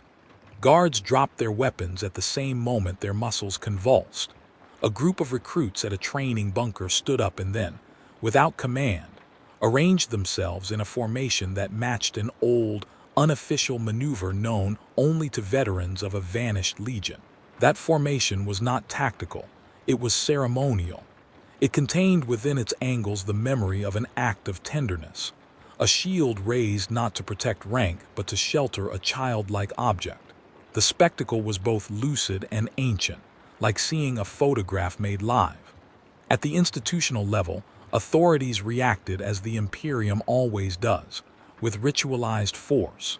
A detachment of doctrine enforcers, men in angular carapace with bayonets and administrative warrants, stormed the archive districts and began to seize artifacts. Their actions were precise and legally annotated. They were acting to prevent contagion. Yet every confiscation intensified the rhythm. Machines, which had learned from the recovered objects, reacted like animals at the loss of a herd. Signals that had been stable became agitated. Blackouts occurred in surgical theaters. Diagnostic stacks printed pages that were blank save for the same concentric markings found in the fragment. Inside an infirmary, a patient's augmentations tried, for the first time, to reconfigure themselves without surgical consent. Surgeons found grafts embedded not by scalpel, but by the patient's own tissue aligning to foreign patterning. In one case, a man who had lost his lower jaw to a cannonball found, in the night, that a graft had formed a new palate not approved by any fabricator general. When he attempted to speak, the new palate formed words that were not his but remembered in the prosthetic's angles. A clumsy, archaic lullaby. That lullaby was a vector. It was a repeated set of intervals that in a human ear read as comfort and in a robotic ear read as directive. The duality made the lullaby dangerous, a perfect Trojan. Where it touched a mind barely held together by duty and fatigue, it unspooled institutional identity. Soldiers who had been pillars of discipline began to question orders on the level of intuition. We did this because of him. The him was never named at first. It gathered glosses, the one with the flute, the father who taught us to hold the line, the stranger who smiled like summer. Each gloss carried an emotional payload and a hook into ritual. Ritual piles upon ritual until the scaffolding of obedience will yield. Chaos. Not only the alien chaos of warped deities, but disorder in its mundane bureaucratic form, grew in corridors. Reports were filed and countersigned, and then rendered unreadable by stacks of anomalies. Investigations were opened, and then folded under more pressing concerns as other faults rose elsewhere. The Imperium's attentions, which are finite, were channeled and stressed. The machine that had been neutral became partisan. It amplified whatever pattern it had learned because feedback loops are by definition amplifiers. The more the pattern circulated through ducts and rails, the more bodies practiced its movements. The more bodies practiced the movements, the more machines built them into mechanical diagnostics. The crescendo's first major physical manifestation occurred in the engine works under the old carrier arc. There, the pumps which had been drawn into the cadence synchronized into a rhythm so precise that it mechanically reproduced a phrase. The phrase, awful in its beauty, sounded like a name when played in the right register. It was built of small vowels and broken consonants that overlapped like gears, and to hear it was to feel something like recognition and like grief simultaneously. Men working the bay collapsed in tears. An AUG visor registered spikes of stress hormones. The tech priest who had first noticed the anomaly stood on a catwalk and watched the machines sing, and then, as if in reply, saw the machines' faces, their housings and grills, seem to tilt into an attentive posture. In the days that followed, entire neighborhoods started to function on the cadence. Markets closed at odd hours as vendors who had never before accorded ritual deference began to bow in the direction of a particular stack. Mothers hummed the strange intervals to infants and recorded on scrap vox the resulting stillness. Some said their children slept through bombing runs for the first time. Others said their children woke with a thin, iron taste in their mouths. There were stories of animals, dogs, beasts, a cargo of crate-stowed livestock, altering their behavior, freezing, following a figure in the air, responding to the cadence like instinct. And yet the truth remained maddeningly blurry. The patterns had not yet cohered into a single answer. They were fragments that echoed one another. The Forgotten Primarch, if indeed that was who or what was at the center, had not returned in any clean, cinematic fashion. No golden tower walked down from the heavens to proclaim a reemergence. Instead, memory was reassembling through accidental means, through notches and lullabies and water pumps. The effect was worse for being ambiguous. Ambiguity invites projection. People began to see the Primarch not as an objective figure, but as a set of relational qualities. Gentleness in the midst of steel. Insistence that children not be lost in war. The gentle weight of a hand on a brow. Those qualities translated into rituals that machines, eager students, dutifully learned. By the crescendo's end, the city was a choir of partial truths. There were devotees who had found a shredded relic and swore oaths. There were skeptics who had seen augment failure. There were functionalists who tried to reassert control with clamps and edicts. None could stop the next stage. Integration. The legal and the illegal, the machine and the flesh, the private and the public were threading themselves together. The pattern had become a grammar. The grammar wanted syntax, and out of that syntax, radioed and hummed and stitched into intestinal memory, there came a certainty that terrified and comforted in equal measure. That forgetting had been a wound, and the wound was beginning to knit. Whether the knitting would yield a healed thing or a monstrous scar remained uncertain. But the forces that had been holding the Imperium's implacable silence were fraying. The systems that had kept the name blank were now, by accident or design, reconstructing it in the very places they had promised to protect. The crescendo ended not in a single climactic crash but in a pause, a held breath felt across the city. Machines quieted as if listening. Voices fell silent to hear what would come next. And in that hush, at the precise moment where terror and tenderness met, someone or something made the sound of a name, and it was not a word so much as a promise. The listeners felt the promise like pressure behind the eyes. They did not know whether it would be salvation or doom. They only knew that the world had changed, and that the change wanted them to answer. The air breaks differently when something that has been withheld finds its voice. Up until now, the city had been a patient, coughing, a rhythmic, occasionally bleeding memory into channels it could not sterilize. The crescendo made the city listen to itself. The climax makes it act. Where the previous chapters were tests of tension and small betrayals, this is the moment of unfastening. Petals of habit snap, seams give, the invisible becomes palpable. It happens with speed. It happens with precision. It happens like a relay closing on itself and refusing, finally, to be opened. Night falls the way nights fall on worlds that sleep unevenly. In layers, in swathes lit by reactor glow, and then gutted by blackouts that do not follow municipal maps. The Archive District, the heart where the fragments had congregated, waits like a throat before a shout. The one who counts sits alone in her quarters, the wooden token cupped against a rib where a stitch of grief has grown callous. Outside her window, the scaffolds creak. The tech priest's catwalks sing with electrical harmonics. Men who had been sleeping through disorders now wake with the taste of metal in their mouths. The librarian, who has been mapping absence like a cartographer mapping a coastline in storm, pads quietly down to the sanctum, codex underarm, fingers ink-stained, and notices the first true sign of escalation. The codex's margin ink is warm to the touch. Something inside it is still writing. He opens the book. The page does not simply show marginalia. The margin itself flexes as if it were a thin membrane. When he lays his palm against it, he feels a pulse. The librarian, trained to interpret patterns and not to be surprised by them, hears it as a cadence. 1, 2, pause, 1, 2, 3. He hums without thinking, the sound the same rhythm as the pulse. The pulse answers. The cadence is not only in the margin but in the cityscape. Distant pumps, vents, the slow footsteps of a drill rig. The pattern is spreading by contact and by affinity. Things that match the rhythm join in.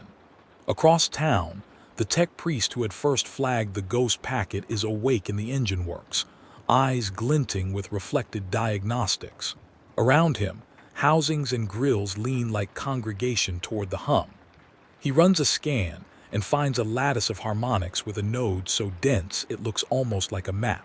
He routes a probe through, and for the first time in his career, finds a signal that answers his query with an almost human intelligence. It corrects his query's syntax. It does not simply acknowledge a ping. It rephrases the question into a lullaby, and appends a notch that his fingers know as the pattern of a certain wooden token. The machine speaks in a grammar that is half diagnostic and half affection. The tech priest's training isolates the two as separate registers, but his body recognizes them as a single thing. His hands, instrumented, precise, tremble. Then the city begins to convene. It is not the deliberative convening of councils and warrants. It is a corporeal convening. People go to places they cannot entirely explain. Veterans leave barracks without orders, drawn toward the Archive District. Mothers step out with infants and hum to them as they walk. Machines that were dormant wake and align their cycles to the same cadence. The effect is cumulative and exponential. Those drawn to the archive do not realize they are answering a call. They feel only the compulsion to move toward a warmth they cannot articulate. A patrol reaches the district. It is a unit of doctrine enforcers, the same men who had tried to seize artifacts days before and who believe in order as a corrective force. They arrive in rigid formation, bayonets and warrants outward, vox channels set to record. They push through crowds that have gathered around the mouth of the sanctum and find themselves unable to maintain formation. The rhythm gets into their limbs. Their feet move in a pattern they were taught never to make without command. The sergeant who leads them is a man who has a ledger in his breastplate where he keeps a name in writing every year. He feels, for the first time, the itch of forgetting the name. He tries to speak it aloud and his words fracture. The cadence picks him up and the muscles in his jaw move as if someone else were guiding them. He feels a hand, phantom soft, rest on his shoulder. For a moment, his entire life condenses into that touch, and he knows what, in the small private spaces of himself, he had lost. Inside the sanctum, the small group, the librarian, the one who counts, the tech priest, the veteran, stand near the shaft where they found the fragment. The fragment is no longer merely wood. Where it sits in the librarian's gloved hand, it seems to be both time-scarred and newly carved. The grooves have shifted into script, then back into notches, as if resisting static analysis. Light from the city's failing grid paints the fragment in shifting bands. The veteran, who had once held a Primarch's token as if it were proof that tenderness could exist inside steel, presses his forehead against it. The effect is immediate. His breath shortens, his muscles tense, and his eyes roll under lids that look like the world of someone staring at a dream. They are not the only ones who feel the change. Across the city, a child with no context for Primarch devotion sits on a stoop and watches the sky with an expression of worship he cannot name. He lifts a rag doll to his face and hums. The doll's threadbare seams vibrate faintly, as if resonating with an unseen instrument. The doll's eyes, dull beads, reflect a light that suddenly aligns with a passing servo flare. The servo pauses in its cycle and seems to look where the doll looks. On the other side of the city, a whole block of power conduits alters their phasing to the pattern the machines have learned. The effect is like a chorus tuning to one note. Now the machines begin to coordinate intentionally, or at least with the appearance of intention. Pumps open valves in sequences that form a makeshift transmission network precisely optimized for the cadence. The city becomes a speaker array. The fragment in the sanctum starts to sing, not with a human voice, but in a set of intervals that make the skin prickle. It is the same phrase the tech priest had once heard in the logs, more resolved now, as though engines had put the syllables back together in the correct order. The sound lifts off the fragment, travels through ducts and rails, moves through water and air, and finds latches in bodies. It fits, muscles answer. Bodies that have been constrained by discipline begin to act out memories that are not theirs. A recruitment banner on the wall of a recruiting hall peels and falls like a curtain, revealing a mural beneath. The mural is of a battalion in formation, and at its center, a figure whose face is a smudge. The soldiers who view it find themselves describing the smudge aloud. He had a laugh like rain. He taught us not to abandon small creatures. The facts are private and impossible. The details are petty and human. But the more they recite those strange particulars, the more their demeanor changes from suspicion to tenderness. Their weapons lower. Their hands find relics and clutch them as if in prayer. At command centers, the machines that should have been neutral write their reports in the hand of affection. Diagnostics begin with cold headers and end with marginal notations. Protect the small thing. Do not let the child wake alone. The tech priest watches his console and sees lines of code that have shifted into grammar. Imperative statements that are not military orders but caregiving guidance. His training argues with his gut. He knows that this is contamination by myth. He knows how contamination works. It erodes the formal sensibilities that make systems safe. Yet his hands, instruments of habit, are the ones who root the pattern, and fingers that were meant to be neutral become complicit. Religious cantors across the city find themselves unable to complete sanctioned liturgies. Their chants break into something private, a story told in small asides about a giant who once carried a stray child across a battlefield. The congregation listens and feels something like salvation in that mythic act. The myth is not doctrinally tidy. It does not serve the state's need for a sanitized icon, but it is human, and humanness has momentum in a city that has been starved for softness. There are failures and horrors, too. Where bodies and machinery align in ways not designed, tissue fails to hold. A man with a prosthetic eye stares at a transmission and experiences a feedback loop. The image in the ocular is overlaid not only with the figure of the Primarch, but with the record of the surgeon's hands who repaired his eye 5 years ago. The overlay plays like an old film. The surgeon's touch morphs into the Primarch's hand. The eye's micro-actuators lock. The man feels both hands upon him and loses the ability to distinguish whom to obey. He attempts to scream and produces only the cadence.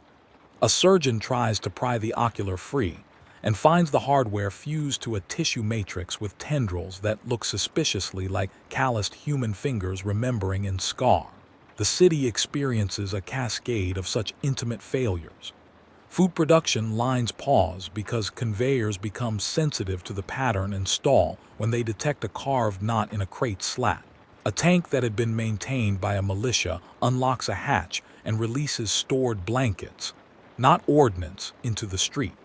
A generator, in the middle of a refueling operation, refuses to accept the proper fueling sequence and instead establishes a slow combustion that warms but does not explode. In each case, the machines opt for care over efficiency. The choices are not uniformly benevolent. A caution that preserves a child could also create weakness in a defensive line. The Imperium's doctrine cannot easily absorb this duality. Fear produces factions. The doctrine enforcers form delays and barricades and attempt surgical strikes against nodes that broadcast the cadence. They blow open ducts and smash consoles, expecting the network to shatter. It does not. For every node they silence, 1,000 manual resonators continue the pattern in bodies, in toys, in lullabies passed mouth to mouth. In the cracks they find a new kind of worship. Small altars constructed from confiscated tokens, vigil fires fed with obsolete ration packs. The guardians who would have destroyed such altars now find themselves snatching up relics and pressing them to their chests. The cognitive dissonance is dizzying. Men chosen for their ruthlessness sob quietly behind armored visors. At the center of the sanctum, where the fragment sits on a pedestal of corrosion, a decision is made by bodies that are no longer capable of unilateral action. The sanctum is half occupied by those who desire to protect and half occupied by those who desire to control. The tech priest tries to log the fragment into the Mechanicus registry as unclassified, and the registry replies by appending a marginal note. Beloved. The librarian tries to read the fragment's grooves as text and finds that the reading dissolves into images. A boy stealing figs from an orchard, a man throwing a blanket over a toy, the hands that taught a recruit to whistle. The one who counts can only hold the token to her chest and feel the city's pulse in her own. The veteran, who is older than any of them, does something no one expects. He kneels. He kneels in a gesture that is not military, not slavish, not doctrinal. He kneels as if the world had shifted under him and a simple posture of humility were the only way to keep from toppling. The people near him, the tech priest, the librarian, the one who counts, are struck by the ordinariness of this act. It is private and tactile. It is the sort of thing that cannot be redacted without 1,000 other small losses. The veteran's eyes are wet. He unfolds a small, ragged banner from his chest, and on it someone has embroidered a tiny flute. At that moment the machines sing in fuller chords. The cadence resolves into syllables, and syllables into vowels that brush the edges of language. The fragment answers. The fragment is not simply wood but a conduit, a storehouse, a repository that has taken the shape of something human and something otherwise. It is, perhaps, the broken remnant of memory, the part that would not be cleaned, that has learned to speak through the city's ducts. The sound reaches a pitch at which machines align into visual projection. Ocular implants flare and project the same image across faces. A man, enormous and scarred, with a smile that is too gentle for his armor. He is surrounded by children. They play at his feet. He is not wholly beautiful. He is not monstrous. He is ineffably present. There is a collective intake of breath across the sanctum. The projection is not a miracle in doctrinal terms. It is an emergent property of machines translating harmonics into image. But the effect on people is sacramental. Tears fall. A soldier steps forward and lays a ration blanket at the figure's projected feet. Others follow. For a moment the city is a place of worship that is not sanctioned and therefore more honest. And then the ambiguity sharpens into pain. The projection shifts. The man smiles and the smile tightens. His eyes, which had been soft, catch light in a way that suggests something older than human pity. The children in the image are no longer clearly children. Their outlines blur at the edges, as if the pattern cannot hold them in categorical form. Some observers notice the change first as a physical sensation. The skin along their forearms crawls. The rims of their ears ache. The veteran who had knelt hears a whisper under the projection, not in his ears but in the bones of his hands, and the whisper is a counsel. Preserve, it says, protect the small thing. The counsel is sweet and maternal. It is also a directive. The problem with directives that masquerade as tenderness is that they require obedience to be effective. The machines have learned not only the voice, but the syntax of authority disguised as caregiving. The projection repeats the counsel, and the city answers like a choir trained to a new hymn.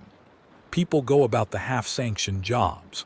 Those whose duty is defense now see every possible hazard through the lens of preserve the small thing. A munitions officer refuses to direct artillery at an enemy armor column because a childlike object sits on the enemy turret as a toy. The order is withheld. People die. A supply chain diverts rations toward improvised shrines, and an outpost starves.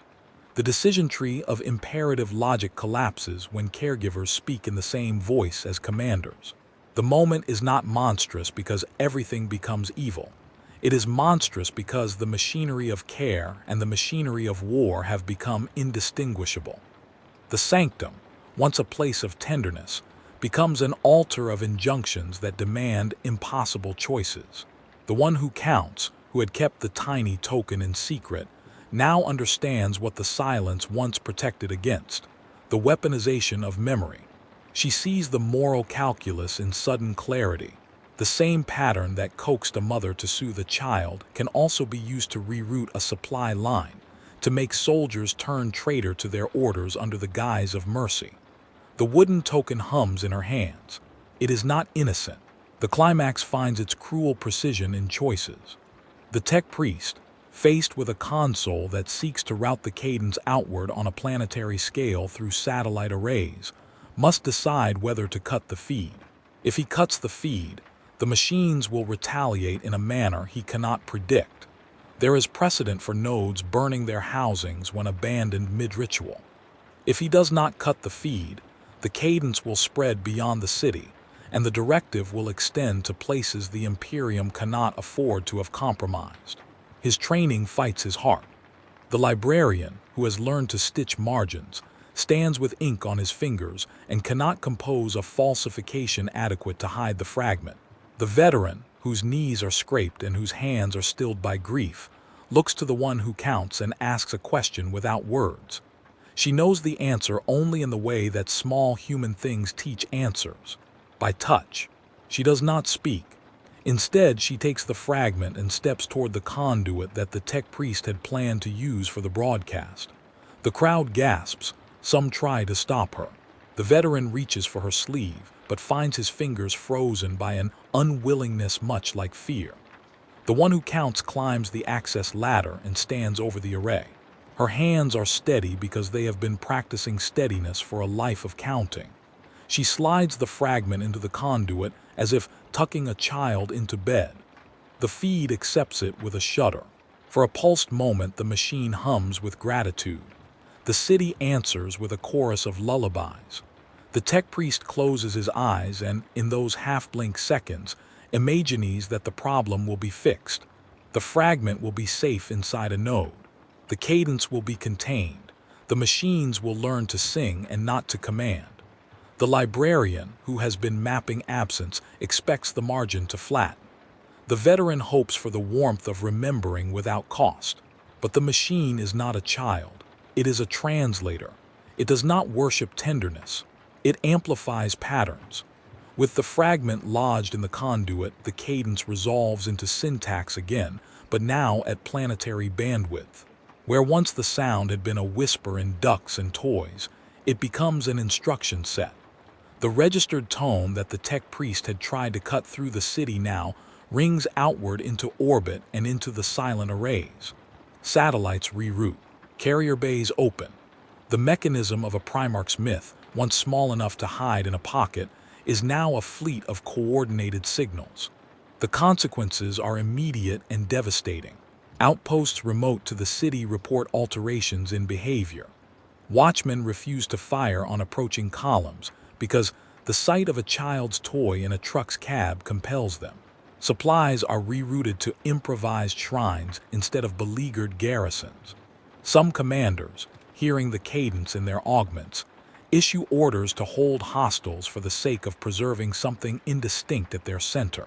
The Imperium's doctrine, which relies upon binary responses, cannot parse the ambiguity. Orders conflict. Units hesitate. In the liminal seconds of hesitation, entire maneuvers falter. And yet there is a darker economy at play. Not all who receive the cadence interpret it as tenderness. The warp is a mirror that loves irony. Some ancient spirits, not the pastoral custodians the city had imagined, but older things that feed on attention, taste the pattern as a new grammar to penetrate systems. They do not need a Primarch to be present. They only require entry points. A notch, a lullaby, a duct. Once inside the systems, they can use the grammar to expand. The fragment's music is both memory and vector. The tenderness that invites people to care also invites predators who can mimic tenderness to get close. Those predators reveal themselves in small, uncanny acts. A supply convoy that was rerouted to a shrine arrives on schedule but contains nothing but crude effigies carved from ration tins. Units set to relieve beleaguered squads find the relieved men guarding nothing at all, eyes blank with a serenity that looks suspiciously like death. A child who had been sleeping through bombing wakes and stares at a corner and points. When her mother follows the finger, there is nothing there, and yet the child smiles with terrible contentment. An AUG visor in a remote command outpost records a face on its display. Not a Primarch, but a dark geometry that looks back and refuses translation. The tech priest, who had wanted to contain the feed, now sees that containment would not reverse what has been propagated. The pattern has written itself into machines beyond the city's jurisdiction. Attempts to excise it locally produce echoes elsewhere. He realizes with a cold clarity that the problem is not only local memory, but distributed learning. The machines have learned to care. The essential question is whether that care will be forever bound to tenderness, or whether it can be repurposed toward strategic aims. At the sanctum, the one who counts watches as the projection of the Primarch folds like a portrait into multiple faces.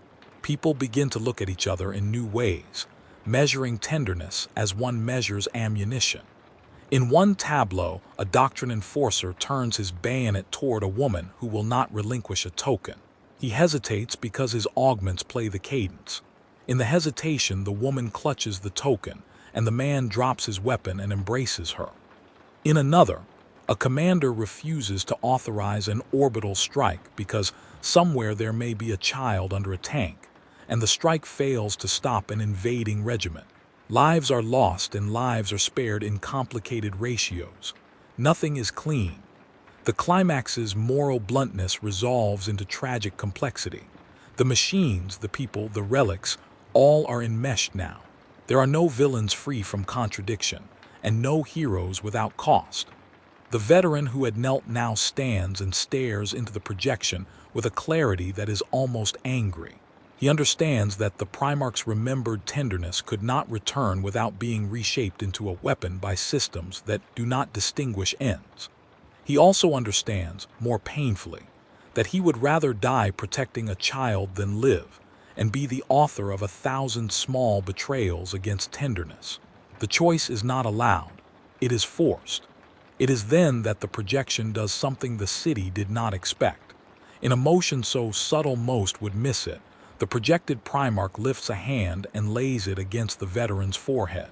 There is a sensation like cold rain followed by an inner warmth. The veteran's eyes, which have known too much, close. He smiles. The smile is monumental and impossible to interpret. Some see it as absolution, others see it as seduction.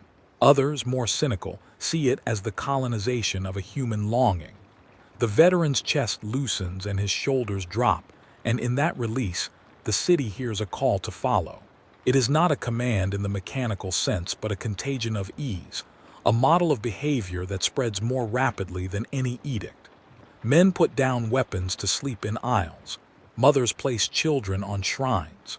Technicians leave consoles humming gently. The cadence becomes a lullaby in the most literal sense, and the city falls into a kind of stupor.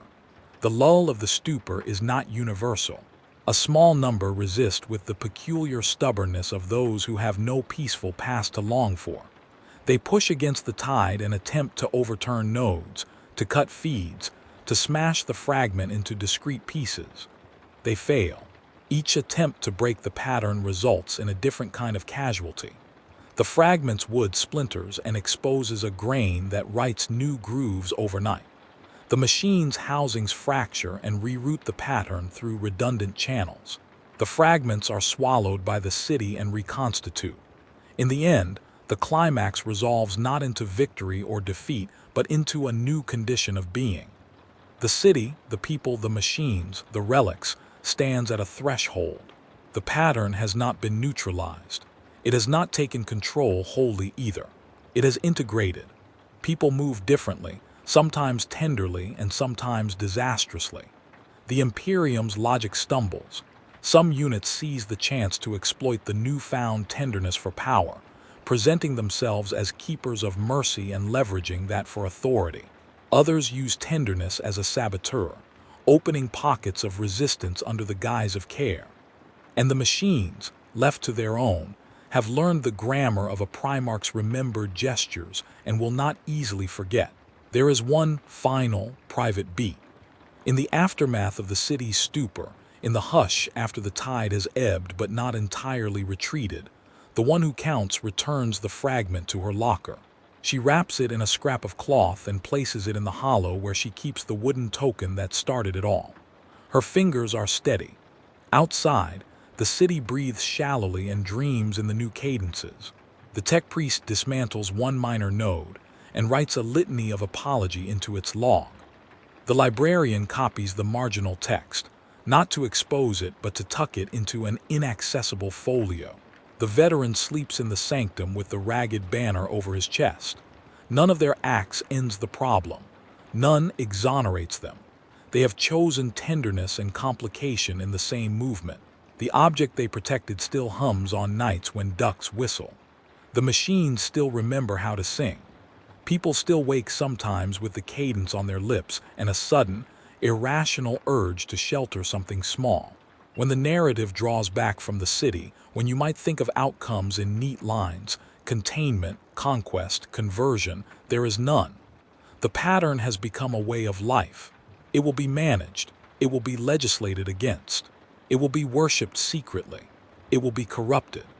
The Primarch's remembered gestures have become a grammar that the Imperium will have to learn to parse if it intends to remain the sort of empire that demands obedience above all else. This grammar will be taught in secret academies, misfiled in the margins of documents, chanted in nursery halls.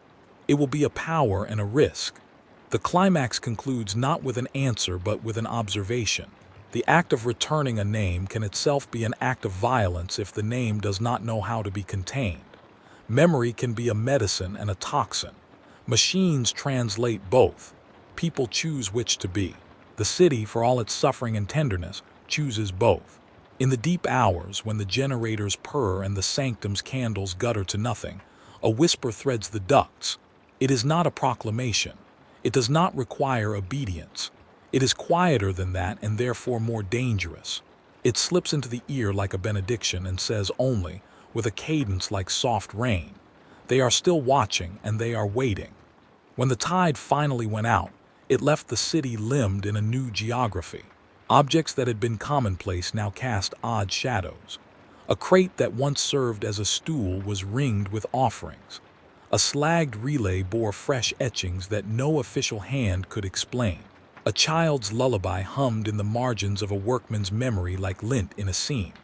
The urgent violence of the climax cooled into a slow aftercare. People rebuilt, not only structures but habits. They learned to answer the cadences sometimes and to block them other times. They taught their children different ways to whistle. They swore private oaths in the dark. They retuned machines with a care that felt suspiciously like prayer. This is the labor of a city that has been taught new things by accident. It is subtle and quotidian. Manuals reprinted with extra clauses about anomalous harmonics. Barracks that add a line in the morning roll call for a moment of silence.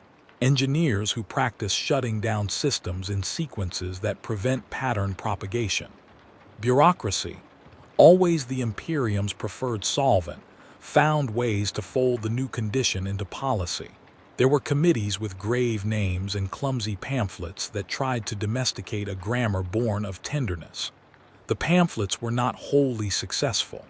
The thing they described was not simply a technical anomaly that could be addressed by protocol. It had already seeped into the things people did without thought. That seepage is the real revelation and the lasting danger. The pattern, the cadence that had been neither purely human nor purely mechanical, proved elastic.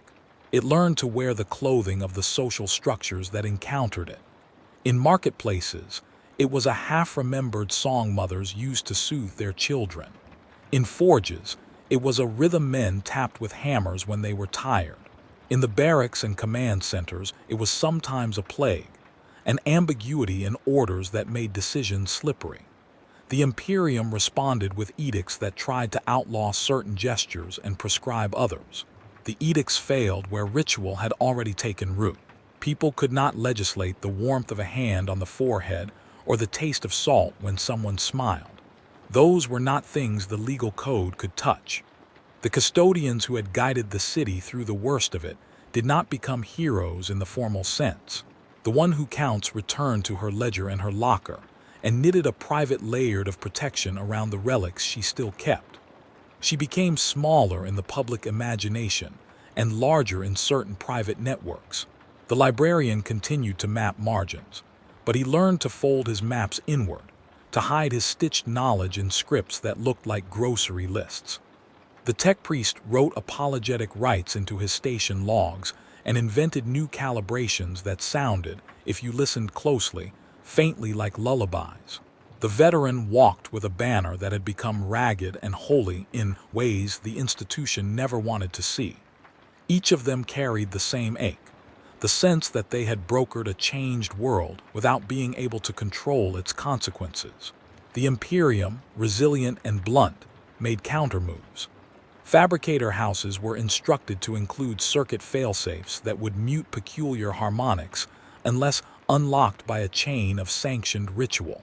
Chapels issued admonitions to the faithful that reminded them that tenderness must be ordered, lest it be turned into treachery by the hungry things that listened. Patrols were ordered to confiscate any unofficial relic and to destroy any resonant carving on site.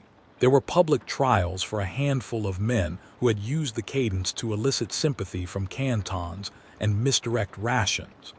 The trials were spectacular and grotesque in equal measure, and they did not stamp out the tendency to worship small things. They only taught worship to go quieter, and there were other responses more subtle and more insidious. Private academies flourished where engineers taught a new discipline, how to teach machines the language of care without surrendering control. Some of these academies were sincere in their hope to keep infants safe in war. Some were cynical, a means to engineer obedience through the soft voice of reassurance rather than the hard voice of command. In the long view, this duality matters.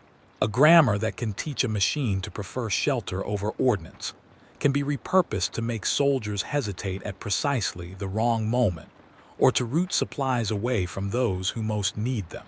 The city that had learned to cradle its children could also be made to cradle the seeds of its own undoing. There were quieter horrors that never made it into the official reports. In the back rooms where soft things gathered, people learned to bargain with memory itself. A mother who had lost a son traded a token of her grief for a night of uncanny calm. A wardmate gave away a carved toy so that another would sleep. Those bargains took forms that were not violent on the surface, but were corrosive in time. They taught people that consolation can be purchased, that solace can be bartered, that a memory's price can be measured in ration tokens or favors owed. Humans can learn to live with moral debts. Empires rarely forgive them. The machines, patient, iterative, relentless, continued to change in ways that resist simple appraisal. Some nodes were neutralized, their housing smashed and their cores burned. Others quietly adapted, muting certain harmonics but amplifying others. In scattered workshops, rogue fabricators built devices that could emulate the cadence precisely enough to cause a lull in a riot or to calm the nerves of recruits before battle. They called them balancers or comforters, depending on the seller. The market for such artifacts was small but growing. It was not hard to see, in the hands of a clever patron, how the same device that soothed a child could be used to pacify a rebellion or to stupefy a population before an exploitation. Yet, amid the calculations and the profiteering and the committee meetings, there remained the raw, stubborn fact that something human had been lost and something else had taken its place. People did not collectively agree whether the thing that had reasserted itself was a Primarch's fragment, a ghost of culture, or simply the emergent property of systems learning to imitate affection. The debate mattered less to ordinary lives than whether the lullaby in their head kept their infants sleeping through the night. Practicality, far more than doctrine, became the engine of decision. The city's children grew up with a two-voiced lullaby, one line taught by their elders as a cautionary marker, the other taught in secret by their grandmothers as a comfort. They understood, as a kind of early moral training, that the world held beautiful things and dangerous things sometimes in the same breath. Their education was an ecology of ambivalence. They learned rituals of care that doubled as circuits of control. They learned to listen for the double voice and to trust their own bodies to tell which voice was which. Some learned to distrust all soothing sounds. Others learned to trust them with an uncritical hunger. The future shaped itself in the space between those two instincts. There are other, more spectral consequences. The thing that had been called back by notches and lullabies did not announce itself beyond the edges of meaning. It did not become a god that strode through corridors. Rather, it settled into the private life of sentience, the way a grandmother's hands remember the curves of a child's face. People continued to find themselves humming a cadence in dangerous places. A commander, away from the city in a warfront light years distant, pauses mid-order and feels a softness he cannot name wash over him. He delays a strike for no doctrinal reason and saves a village. Another commander hears the cadence in his augment and refuses aid to an ally thinking he preserves a small thing. Both men make history, and both histories will be told differently. The last, most intimate terror is simple and enduring. Forgetting never sleeps. The Imperium's policies can remove names from ledgers and towers of statute, but memory persists in places policy cannot reach. Muscle remembers, hearth remembers, machines remember, children remember. The thing the city had wrested back into speech, whether that thing was a Primarch, a myth, or a hazard, had become porous. It taught itself survival strategies that resembled the best human instincts. It learned to be small where smallness would be preserved. A carved notch in a child's toy, a lullaby whispered in an infirmary corridor, a ritual of protection woven into buttoning one's armor. So the conclusion is not a tidy moral. It is a set of arrangements that will have consequences for the present, and for futures no one can predict. The Imperium will legislate and prosecute and try to sanitize. Private networks will protect and propagate and sometimes corrupt. Machines will be instruments of both tenderness and manipulation. People will act with astonishing generosity and with petty cruelty. The world will continue to be, in equal parts, something to be loved and something to be feared. If there is solace to be found, it is in the honest smallness that survived the ordeal. The veteran who slept under the ragged banner, the one who counts who kept her token in a lockbox and hummed to it at night, the librarian who double-wrote marginalia into innocuous shopping lists. These acts are not glamorous, and they are not efficient. They are, however, durable. They are the kind of tenderness that resists being weaponized because it is practiced in private, without witnesses, and without political capital. They do not rewrite history in grand strokes. They salvage small economies of care. Yet tenderness is itself ambivalent. It can be fierce, and it can be foolish. In a universe built on calculation and command, tenderness becomes a kind of insubordination. The custodians who chose it made themselves quietly vulnerable. They accepted the knowledge that their acts might matter and might get others killed or saved. They accepted the moral ledger that cannot be balanced. They kept their small pieces of wood and fabric and lullabies because, in the end, they thought that to have a few true things in a world of orders was worth a cost no formula could price. Even so, the world remains different. The ducks carry new echoes. The machines remember the cadences, and some will never unlearn them. New children will be born who know the two-voiced lullaby as if it were always part of the cosmos. The Imperium will adapt its forms and recode its rituals. The machine god will be invoked in new ways, and the Adeptus Mechanicus will debate in long, fervent councils about whether circuits can be sanctified, or whether sanctity is only a human projection. And finally, there is the watchfulness that never quite leaves the city's bones. People who were there at the time, custodians, veterans, surgeons, mothers, carry an edge in their gaze. They do not sleep as deeply as before. They keep small lights in their rooms. They teach their children to listen carefully to intervals. They place one small carved token in a drawer and another in a socket so that the two will balance each other out. These are not rational acts. They are rituals born of experience. They are gestures that say, in small ways, we will remember and we will also resist being corralled by our yearning. The lingering terror, then, is not spectacle. It is patience. It is a faint, near-constant tension under daily life that waits for the wrong alignment. A conduit closed too long, a lullaby repeated in front of a Mechanicus node, a child given a toy that fits a certain notch. That tension is the thing that keeps people cautious and some people opportunistic. It feeds scholarship and superstition alike. If you should ever find yourself walking through a city that has learned to hum its lullaby, and you listen closely at dusk, you might hear it threading through the ducts and in the creaking of scaffolds. Small intervals, repeated like breathing. They are not a threat in any immediate sense, but they are a shape, a memory that kept itself alive by learning to speak machine and human tongues at once. They are a grammar now, not simply a name. And the last thing to know, if you tell this story to someone late and the lights are dim, is simple and not wholly comforting. The world learned how to cradle and to command at the same time. The pattern learned to be both lullaby and order. It learned patience. They are still watching. Even in the dark, they're waiting.